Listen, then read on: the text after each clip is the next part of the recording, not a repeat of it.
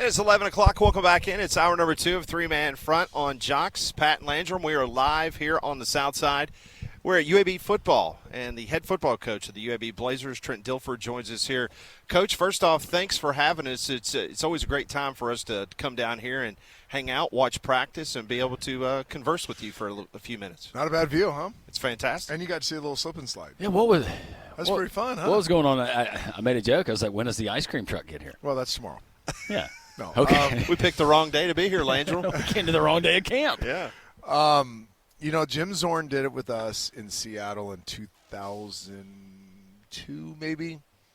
And it became a tradition of him with the quarterbacks to teach us how to slide. There is an art to sliding. A lot of these football players don't play baseball growing up, which we all played baseball growing up, so you just learn how to slide and you don't think much of it. But Matt Hasselbeck hadn't played a lot of baseball and needed to learn how to slide. And it was fun, hot days and end of practice type thing. So we saw some awkwardness with Jaden last year at the ball. Everybody knows it, right? Like he's running, he's a fantastic athlete, and there was 4 or 5 really awkward moments where he either took a hit he didn't have to take, ball security issues. So I said in the offseason, I'm doing this, and ordered one off Amazon, and my grandson's coming today when you guys there it is. So I figured best of both worlds, get the quarterback some slide training, let everybody have some fun, and then Decker and I will get after it this afternoon. My concern is we were watching it in real time. I saw the quarterbacks, and I thought the slides looked good. Then you had other position players that started jumping in, and one in particular I was a little bit worried about. Are we going to see him this season? Who?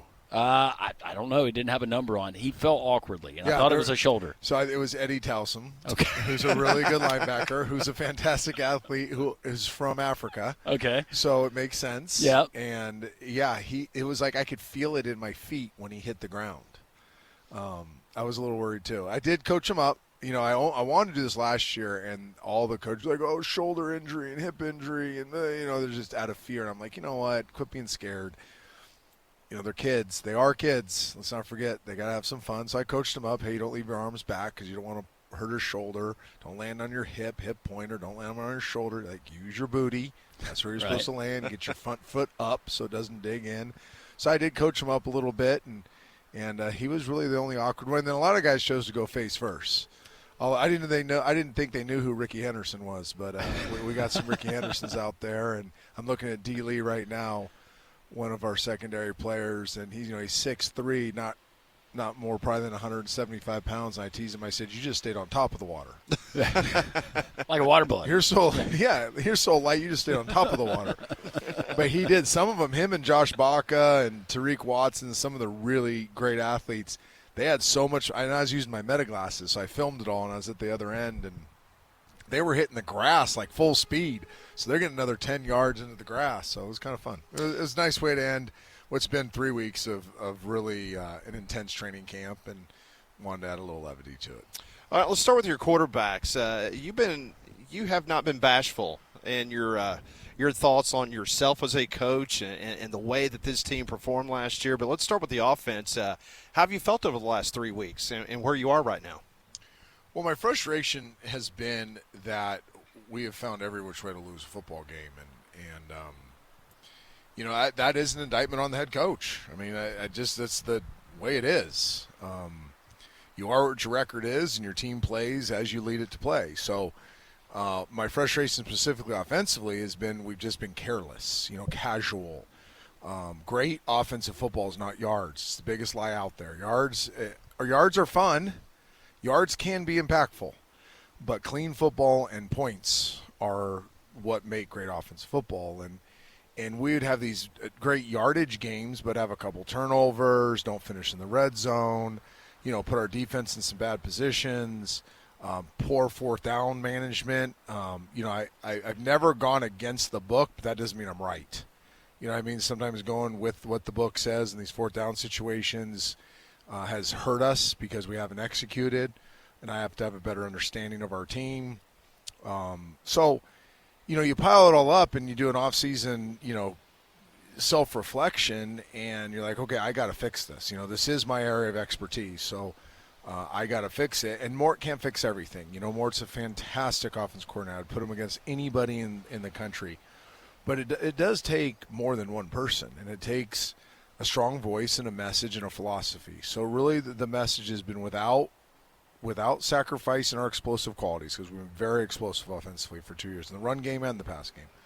Our explosive numbers would equate to 8 wins a season. You know, if you just looked at that metric, it's really turnovers and explosives for offensive football equal winning. And our explosive numbers, sorry, I moved the camera there. You're good. I probably look better when I'm not on camera. There you look. You look great. And so the balance is, okay, how do you stay explosive but get way cleaner without preaching the don'ts? Don't turn it over. Don't do this. Don't take a sack. The don'ts, because then you lose your aggressiveness offensively. So really it's been kind of a scheme philosophy. And then it's been just this overall understanding as a team, how do we raise our floor? How is our bad better? You know, you got your bad can't beat you. Your bad can just put you in a bad position, and that's okay. You can get out of bad positions, but when your bad beats you, you're in trouble. So what are the bads? Grossly missed assignments are really bad, and they get you beat. Lack of effort gets you beat. Lack of conditioning is really bad. People drop balls. You don't want it to happen, but it happens, right? And you're going to turn it over here and there just because you have a lot of plays offensively.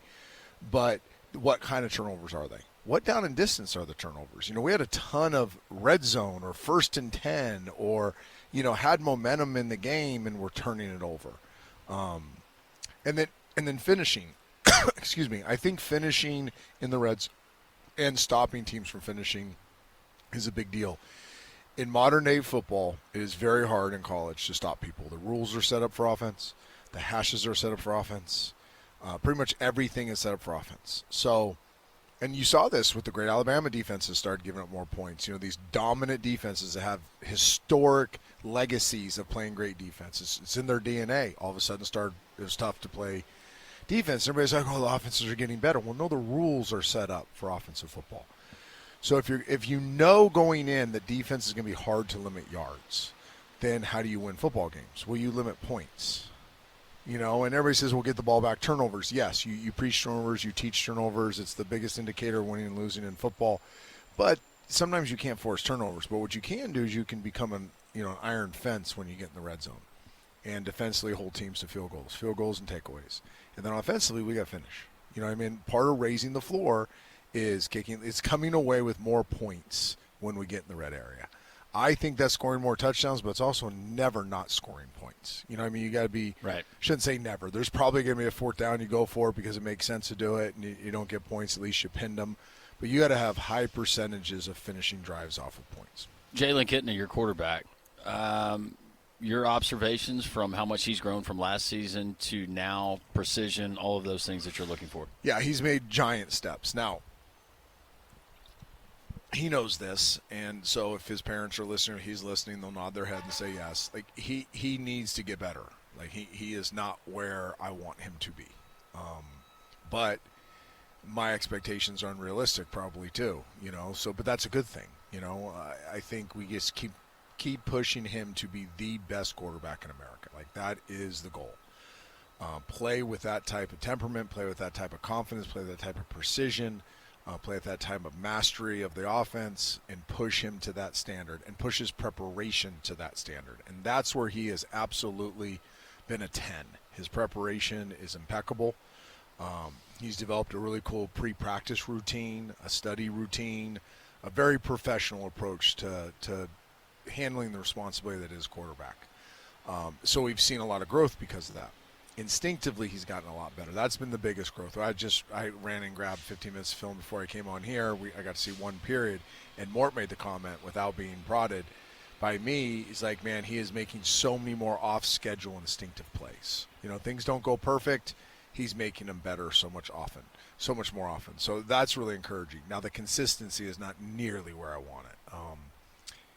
He still is young, so he doesn't see it right all the time. He still is, I think, doubting some of his reads, so he's less decisive at times. I don't think he has total mastery of some of the things we're trying to do, but that's our fault too. Like, you do everything in training camp. Like, we got the whole playbook in. I mean, it's a ton of stuff. We got to do a better job weekly making sure that's distilled down to amount of information that he can master and that we can master offensively. So, doing very well.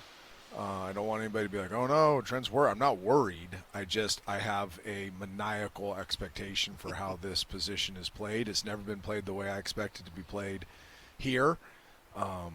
And hopefully this is the year that I feel good about how the position is played. This is something we were discussing because we hear comments like you just made from coaches. We get the sound bites, and it's hard to decipher. Is there a real issue here? Is this a potential problem, or is this a coach seeing a lot of growth, liking what he sees, but just pushing to that next level? I'll be honest, you guys know I don't have any baloney in me. I think the potential issue here is we ask him to do too much.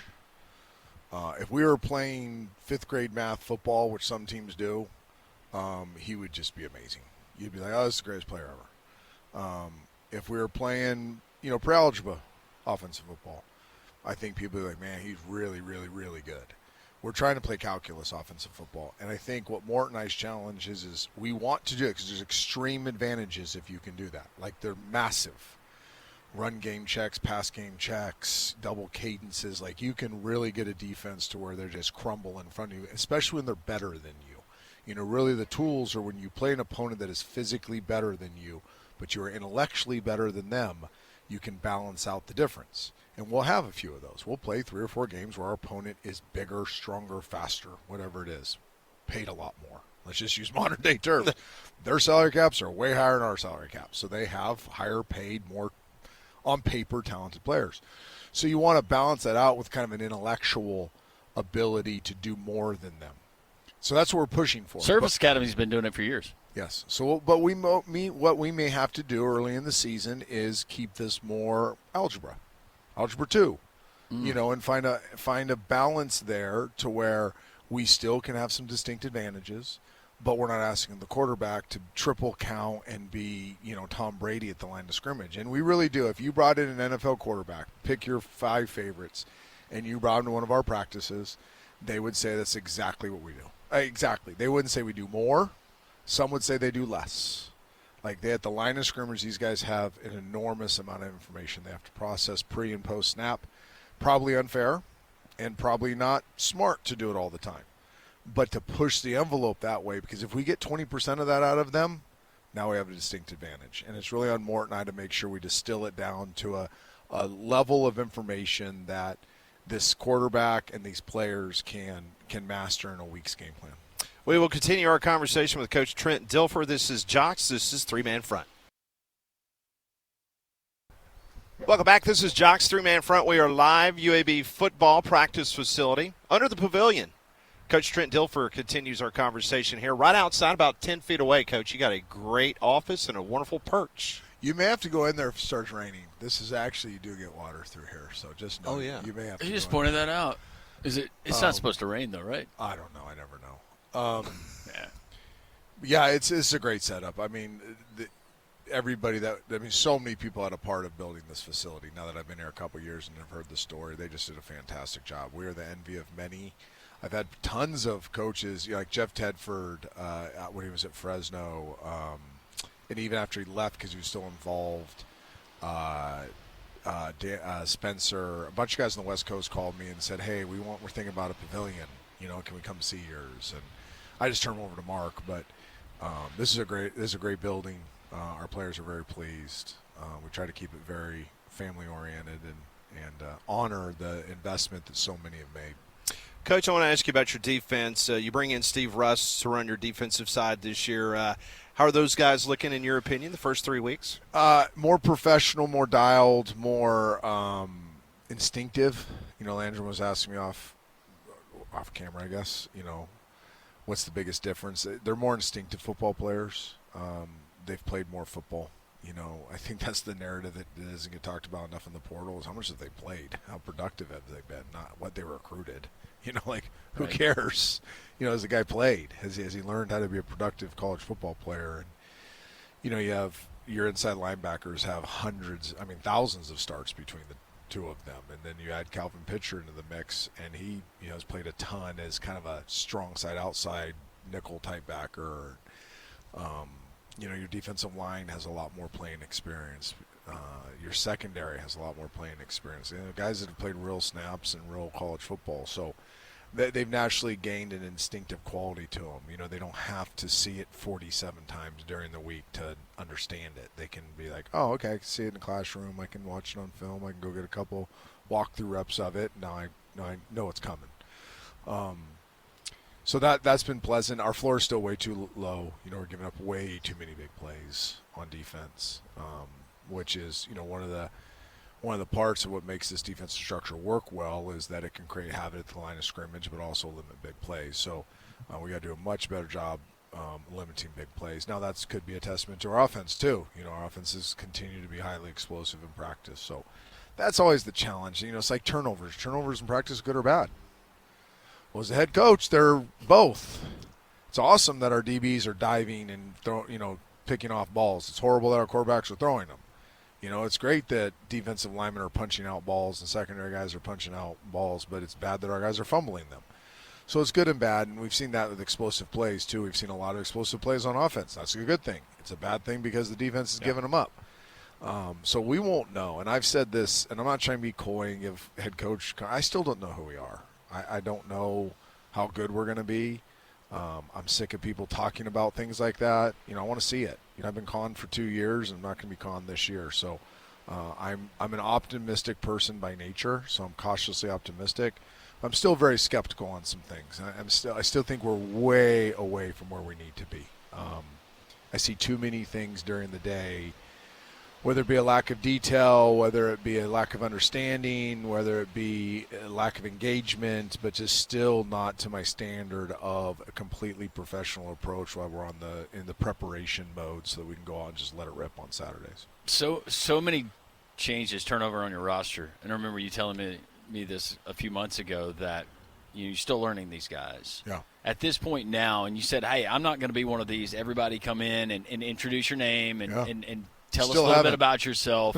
Still haven't. What is the culture, the community that you've been able to witness within your locker room? Yeah, I think it's been forged through excuse me, it's been forged through some hard things. We've created a lot of hard environments in the building, whether that be expectations, standards academically, standards from a work ethic standpoint, standards on the in the winter program, our winning edge program, as hard as I've ever seen.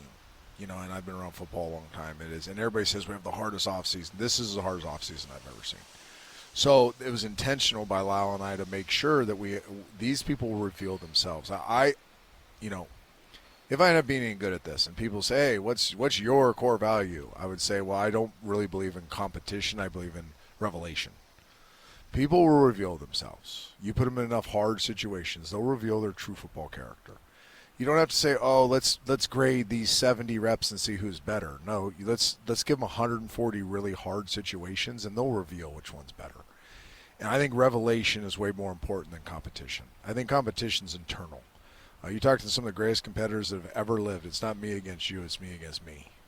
That's competition. Revelation is I'll reveal that I'm the best player, that I'm the number one tennis player in the world, that I'm the number one safety, that I'm the number one quarterback. I'll reveal that over time, because I'm competing with myself every day. So we've created some revelatory situations, and that also goes to culture, because now you can say one thing, man, you can read my Be a Pro playbook, the 20-pager, and recite stuff and try to kiss my butt, but then I can put you in a tough, adverse situation and see how you respond. That's going to tell me all I need to know, and we've had a lot of that. Now, we will do next week intentionally, we will now have a little more kumbaya.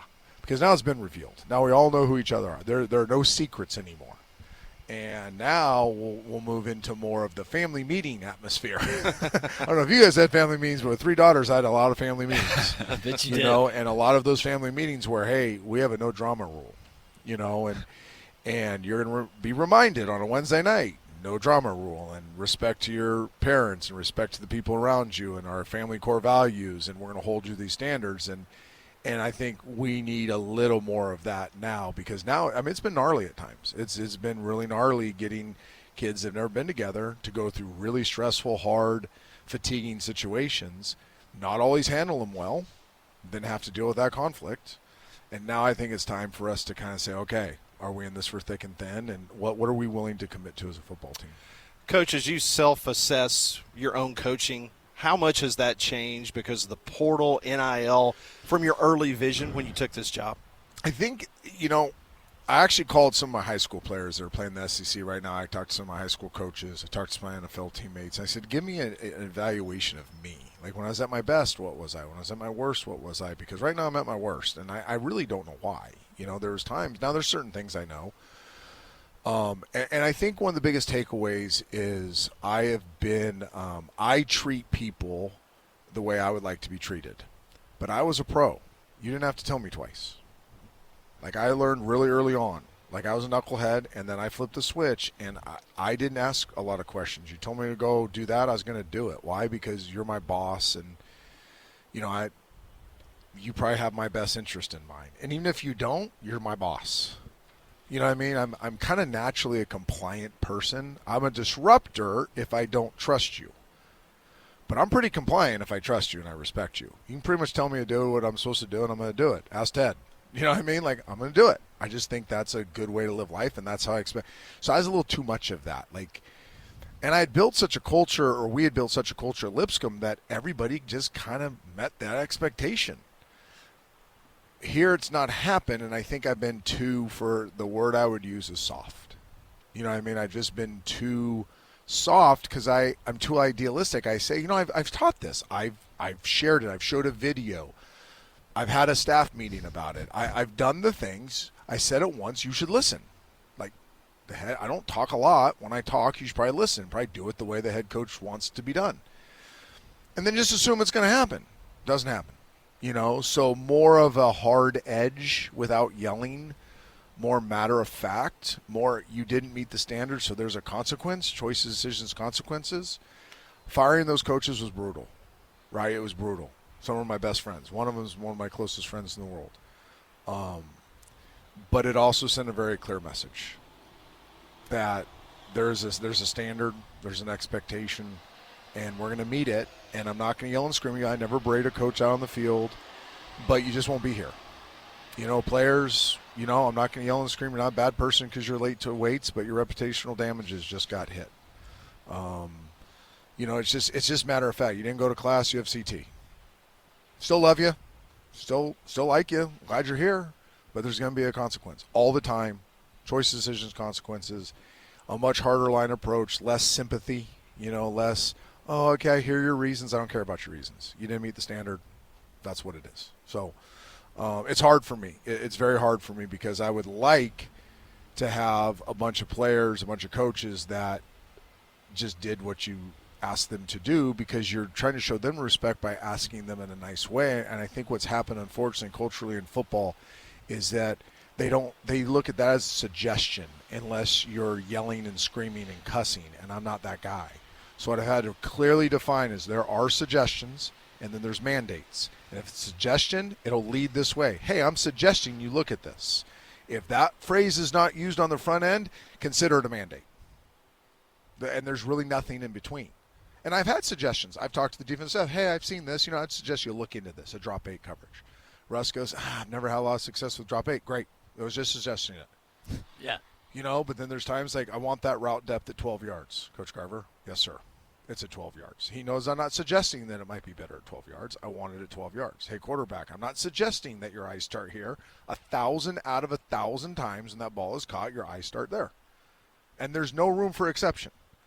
I expect us to lift a certain way. I don't suggest we go in the weight room and have energy and you get all your reps and you put the weights back and you clean up your Gatorade bottles and you wear the right shirt. No, that's not a suggestion, right? Now, it's a suggestion that if we're in a walkthrough at the end of the day and we've already showered or something, sure, wear your whatever, wear your flip-flops. We're only going out there for 5 minutes to talk about something. That's fine. But when it's a walkthrough during the day, it's not a suggestion to have your unbreakable shirt on, black shorts, tennis shoes, tied, certain socks, right? And then I also will explain my reasons. I'm not doing it I'm doing it for your good. I'm teaching you something. When you have a job, I always use Walmart because I think it's a great company. Walmart managers a really good job. Support a really good family doing that, right? your superior is not suggesting what time you get in. He's not suggesting you team building events. He's not suggesting these things. Like, you're going to have a boss in life that's going to tell you whether you agree with him or not, or her or not, you do these things because it's best for us. And I think there's almost this culture now of young athletes that think that they can maybe take the advice or maybe not. And this building is no longer that way. A lot of reasons for that. If there's one thing that you can guarantee, and we're not going to talk wins and losses for the season, but if there's one thing you can guarantee, identifiable trait that people will, me and Pat, everybody at Protective Stadium, we take on Alabama State on that Thursday night, will be able to notice about this year's version of the UAB Blazers. What will it be? I'd say it's three-tiered. You'll see a team that the word that the layman will use is fun. We will have fun.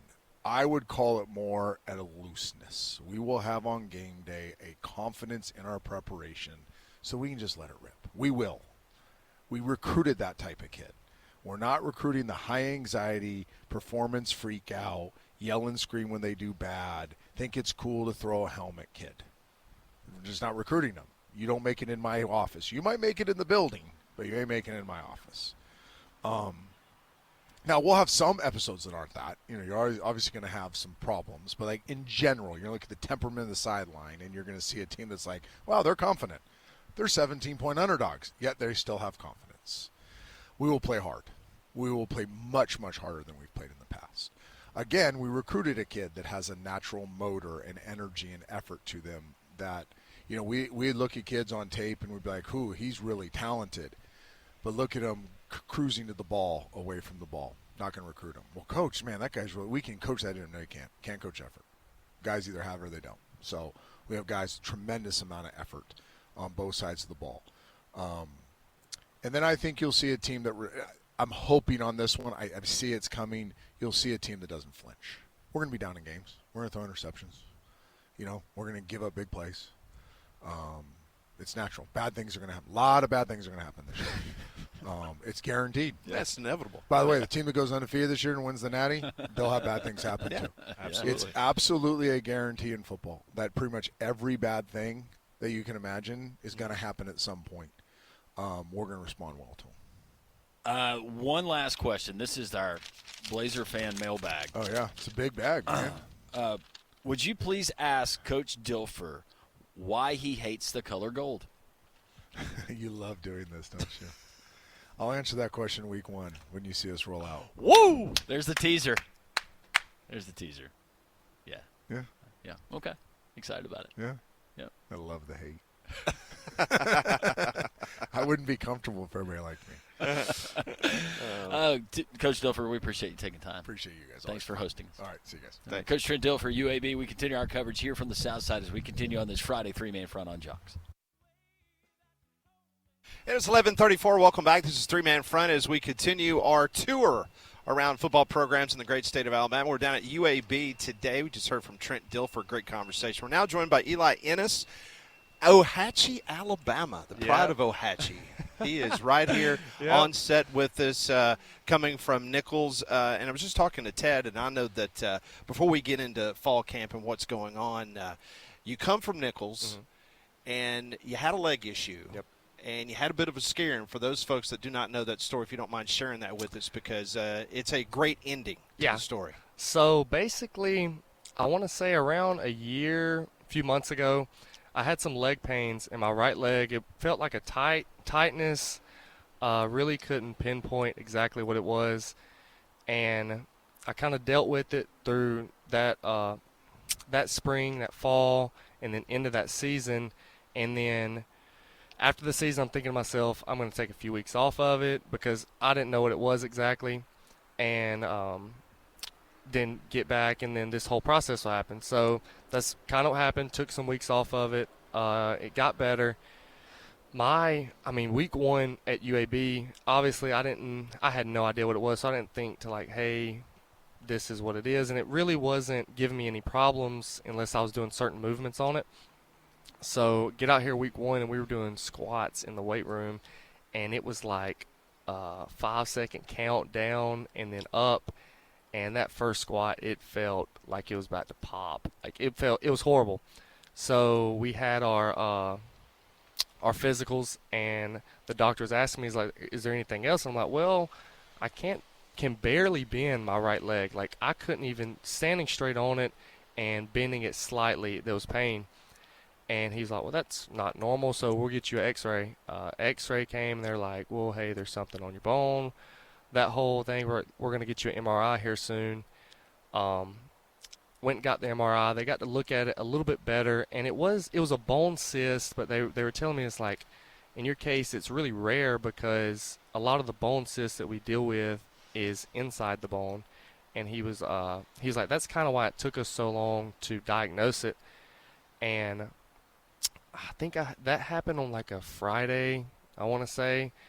That Wednesday, I think I was scheduled to get a biopsy to get it checked. And then when I went in for that, he pretty much told me, he was like, hey, we know what it is. Like, we're just going to go ahead. You need surgery for it. And because it was giving me problems, like obviously hurting. But then again, he was also telling me, he's like, you could have broke your femur bone. Like, oh, wow. Even right now at this point, with you doing just the impact stuff, the running and lifting weights on it, like, you're at a high chance of breaking it. And I think within a week I had my surgery and got it out and got it taken care of. So it's been a long. The process wasn't bad, but it was scary, just getting it diagnosed and then not knowing exactly what it was. Well, it's kind of thank the Lord you're okay, and thank the Lord you can still play college football. Yeah, because there was a lot of. I mean, he was kind of telling me all the things that could have went. Like, they kind of have to give you that rundown of what this possibly could turn out to be, and it was a lot of it was like, take some of your femur bone out, you could have broke it, it could be cancerous, whatever, and so it was scary, and it panned out well, though. By the way, those of you not watching on Jocks TV and you have not seen the headshot of Eli Ennis, he's got great hair. The only way to compare it, I would say Troy Polamalu. Yep, I get a lot that of people. lot. Did you wash it after practice? Do you have a routine? Yeah. So I bet you use really expensive shampoo. So, like, during the season, it's a lot harder because I like to keep it clean. I don't like it smelling. So I try to wash it every day, every other day, depending on what I'm doing. After season, I usually, because it's better not to wash it so often. That's what they tell me. But yeah, I've always been told that, but I'm like, I don't want to have a stinky head. Exactly, and then it doesn't really, like, it hasn't affected it too bad, I don't think. And but after season, I kind of try to keep the water off of it.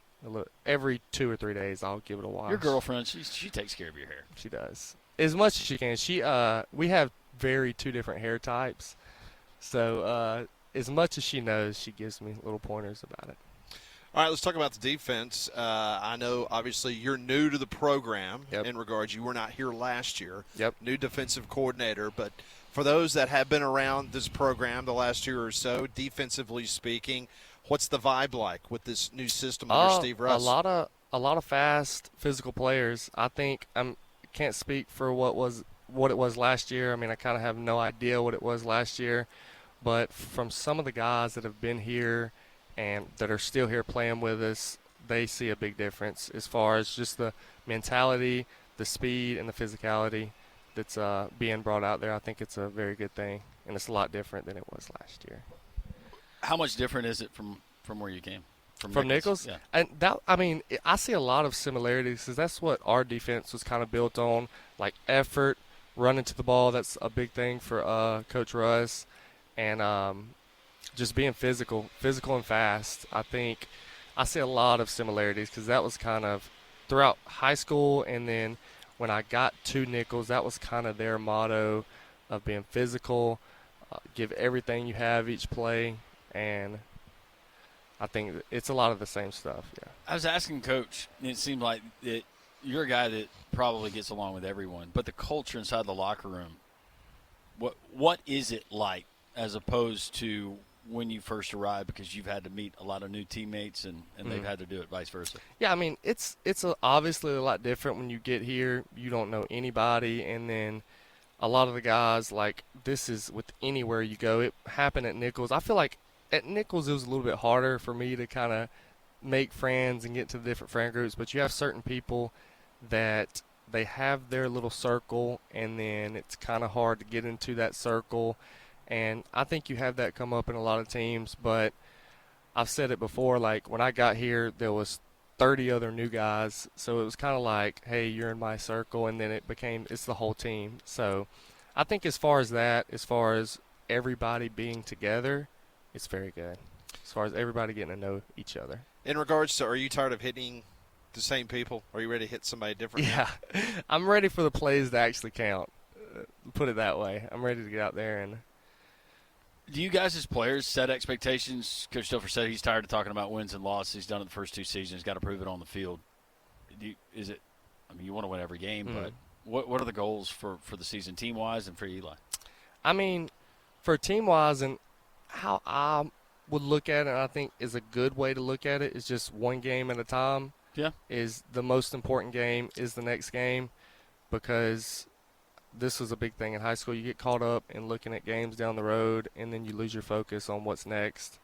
So as far as expectations for me and what I see and hope for it to be for the team is Alabama State. Yeah. Take care of Alabama State, and then, that's our first game, and I'm not worried about any other game other than Well, you promised me one thing, though, Eli. Yep. One thing. What's up?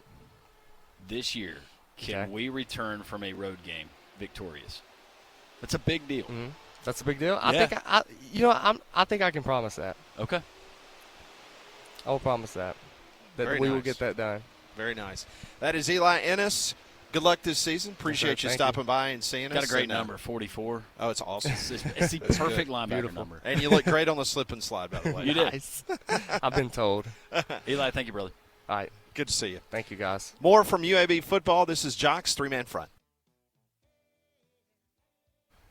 Welcome back. This is Three Man Front live on the South Side in Birmingham. We're outside Coach Dilfer's office overlooking the practice field under the pavilion here on the South Side. Appreciate all the hospitality, just like we had last week at Sanford, this week here at UAB. We'll celebrate the kickoff to college football with us at the Bill Smith Buick GMC Jocks Kickoff Party.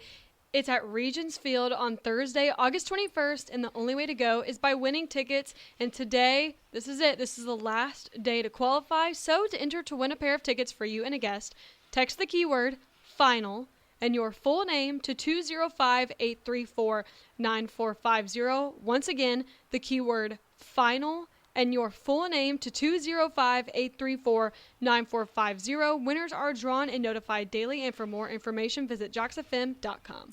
Auburn having its second scrimmage this morning. We hope to have some information for you before we go off the air today in regards to who looks what.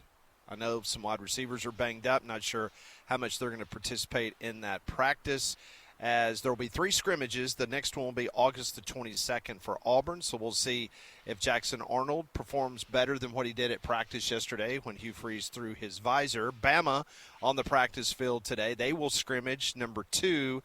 That will be tomorrow. Coach DeBoer will meet with the media around 2 o'clock tomorrow, so that will be a midday scrimmage around 11:30. They'll go for a couple of hours, and then DeBoer will meet with the media at 2. My guess, and I don't know this, and maybe you've seen it where it's been confirmed, but a guy like, starting with Auburn, Eric Singleton Jr., who was held out of practice because he banged knees with another player, Cam Coleman being limited. I think you know what you're going to get from those guys, so don't know if you're going to see them in scrimmage number 2. Jackson Arnold, you certainly want to see continued, I guess, praise from the onlookers. Not that yesterday was with the hat throwing, and I know that there's still inconsistencies, but he has shown a lot of glimpses of maybe success and what Auburn has been looking for, and you hope that he minimizes those mistakes. But the biggest thing for not only Auburn but also for Alabama, can the defensive side of the ball, can they create some turnovers, and what do those turnovers look like? But for everybody, keeping your main guys, especially your starting 22 or your first 22, healthy. Can't afford a loss right now. No, that's the big key. Let's go to the phones, 1-800-239-WJOX. We got a few minutes to take some phone calls. Let's go to Mississippi. Our good friend Miles calling in. Hey, Miles, hope you're well on this Friday. Thank you. Good afternoon. Happy Friday. Enjoying the show. Hey, Miles. And Y'all, I think this Michigan stuff, and I saw your tweet, Pat. You were the one who informed me about the penalties handed down to Michigan. I think you're right. I think it's ridiculous. Tell me if I'm wrong on this. It seems to me that the time to deal with Michigan would have been during the 2024 season. Be it via the Big Ten or playoff, ruling authority or NCAA. The time to deal with Michigan was in 2024 and punish them by not letting them get in a playoff.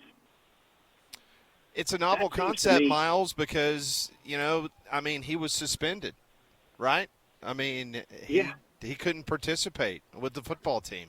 You would have thought that would have been enough, right? But yeah, it's just amazing what schools used to be. I mean, think about it. Even just right before the pandemic, you had an Oklahoma State basketball team. They were banned from the postseason for some stuff that went on. And it wasn't to the level of cheating and a scandal in which the head coach and some clown on the sideline was dressing up and stealing signals and stuff like that. I mean, it's laughable because the NCAA has lost so many times in court.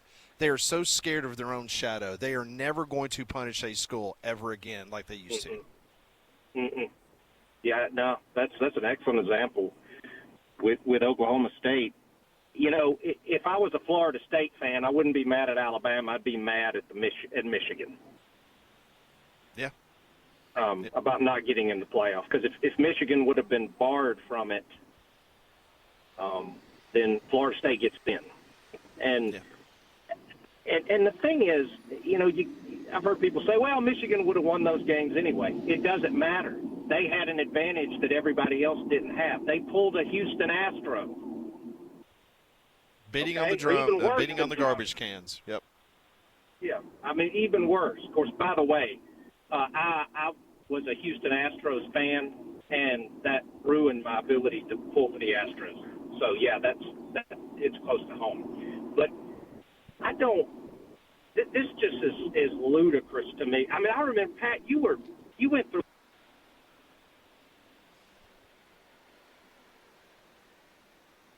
Sorry, I think we lost Miles. Thanks for the call, Miles. Going back to what he said about Michigan, and I agree, and we discussed it, but if it's not the NCAA, who is going to hand out that penalty that everybody believes would be just for Michigan in this instance? Well, until the CSC comes into existence and it's actually got all the conferences and schools signed on for it, right?